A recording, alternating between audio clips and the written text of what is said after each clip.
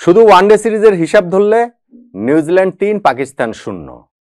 এই পুরো সফরের হিসাবটা ধরলে নিউজিল্যান্ড ৭, পাকিস্তান ১। এই পুরো বছরের হিসাবটা ধরলে নিউজিল্যান্ড ১০, পাকিস্তান ১।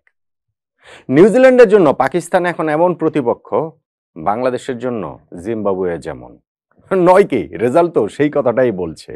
টি-20 সিরিজে তারা ৪-১ ব্যবধানে পাকিস্তানকে হারিয়েছে, ওয়ানডে সিরিজে তারা ৩-০ ব্যবধানে হারিয়ে পুরো হোয়াইট ওয়াশ করলো। আর তার আগে এই বছরের হিসাবটা যদি আমি ধরে বলছিলাম, পাকিস্তানের মাটিতে যেই চ্যাম্পিয়ন্স ট্রফিতে তারা জিতেছে, তার আগে ট্রাই নেশনের ২টা ম্যাচও তারা জিতেছে। তো টোটাল ওয়ানডে এবং টি-20 মিলিয়ে এই হোয়াইট বল ফরম্যাটে ১১টা ম্যাচের মধ্যে এই গত ৩ মাসে সেইখানে নিউজিল্যান্ড ১০টা ম্যাচ জিতেছে, পাকিস্তান মাত্র ১টা ম্যাচ। এই কারণেই বলছিলাম, বাংলাদেশের জন্য জিম্বাবুয়ে যেমন, নিউজিল্যান্ডের জন্য পাকিস্তান এখন তার চেয়ে বেশি কিছু নয়। এই যে সিরিজের লাস্ট ম্যাচটা, এই যে সফরের লাস্ট ম্যাচ, ওয়ানডে সিরিজ শেষ খেলাটাতেও নিউজিল্যান্ড জিতে গেল শেষ পর্যন্ত গিয়ে স্বচ্ছন্দেই ৪৩ রানে। সেইখানটাতে টার্নিং পয়েন্ট কোনটা, ওইটাই তো আলোচনার বিষয়। দেখুন, পাকিস্তানকে পুরো সিরিজটাকে লেট ডাউন করেছে তাদের ব্যাটসম্যান, তাদের ব্যাটিং। এই ম্যাচটার হিসাবটাও যদি আপনি ধরেন, ৪২ ওভারে ম্যাচটা কমে এসেছিল বৃষ্টির কারণে, ভেজা আউটফিল্ডের কারণে। যেইখানটাতে নিউজিল্যান্ড ২৬৪ রান করেছে, সেই রান তারা করে জয় যে একেবারে অসম্ভব এখনকার ক্রিকেটে, এখন যেই অ্যাপ্রোচে ক্রিকেট খেলাটা হয়, খুব অসম্ভব কিছু ছিল না।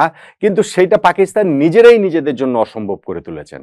হ্যাঁ, ইমামুল হক তাদের ব্যাটসম্যান শুরুতেই হচ্ছে যে রান নিতে গিয়ে অদ্ভুতভাবে তিনি, তার মাথাতে যে বলটা লেগে গেল, হেলমেটে লেগে কনকাশন সাব তিনি হয়েছেন, এইটাকে পাকিস্তান একটা দুর্ভাগ্য বলতে পারেন। কিন্তু ওইটা সামাল দেওয়ার মতো পার্টনারশিপটা তো হয়ে গিয়েছিল আব্দুল্লাহ শফিক এবং বাবর আজমের মধ্যে। সেই পার্টনারশিপটা ৬৮ রানের, তবে সেই ৬৮ রানের পার্টনারশিপটা তারা এত ধীরগতিতে এগিয়েছে যে রান রেটের প্রেশারটা থেকে কখনোই, আস্কিং রেটের প্রেশার থেকে কখনোই তারা মুক্ত হতে পারেনি। স্পেশালি আব্দুল্লাহ শফিক, যিনি ৩৩ রান করার জন্য ৫৬টা বল খেলে ফেলেছেন। মাত্র ৫৮ স্ট্রাইক রেটে একজন ওপেনার যদি ব্যাটিং করেন, সেটা যে কোনো প্রতিপক্ষের বিপক্ষে যে কোনো মাঠেই হোক না কেন, নট গুড এনাফ। এবং এক্স্যাক্টলি গিয়ে সেটাই হয়েছে। তিনি যখন আউট হয়ে গেছেন, ওই যে কনকাশন সাব হিসেবে যিনি নেমেছিলেন উসমান খান, তিনিও খুব বেশি রান করতে পারেনি।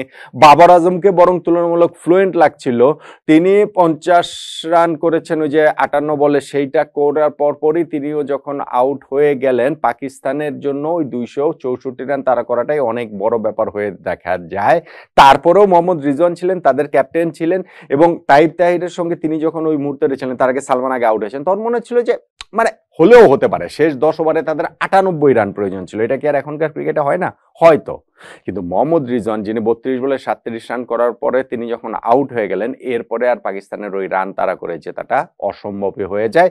হিসাবটা তখন গিয়ে দাঁড়ায় পাকিস্তানের পরাজয়ের ব্যবধান কতটা কম হয়। আর শেষের দিকে গিয়ে হিসাবটা দাঁড়ায় যে বেন সিয়ার্স তিনি আসলে ৫ উইকেট নিতে পারেন কিনা। বেন সিয়ার্স, যিনি তার ওয়ানডে ক্যারিয়ারের প্রথম ২টা ম্যাচে কোনো উইকেটই পান নাই, তিনি থার্ড ম্যাচে এসে, অর্থাৎ মানে এই সিরিজের প্রথম ম্যাচটাতে তিনি খেলেন, এই লাস্ট ম্যাচটাতে, সেখানে তিনি ৫ উইকেট পেয়েছেন। এই ম্যাচে তিনি আবারও ৫ উইকেট পেলেন। নিউজিল্যান্ডের ক্রিকেট ইতিহাসে প্রথম বোলার হিসেবে ওয়ানডেতে পরপর ২ ম্যাচে ৫ উইকেট পেলেন বেন সিয়ার্স। ফলে তারা ওইখানে পাকিস্তানকে ৪০ ওভারের মধ্যেই ২২১ রানে অল আউট করে দিয়ে ৪৩ রানের একটা বড় জয় নিউজিল্যান্ড পেয়েছে, যেই জয়ের মাধ্যমে তাদের ওয়ানডে সিরিজে হোয়াইট ওয়াশটাও নিশ্চিত হয়েছে।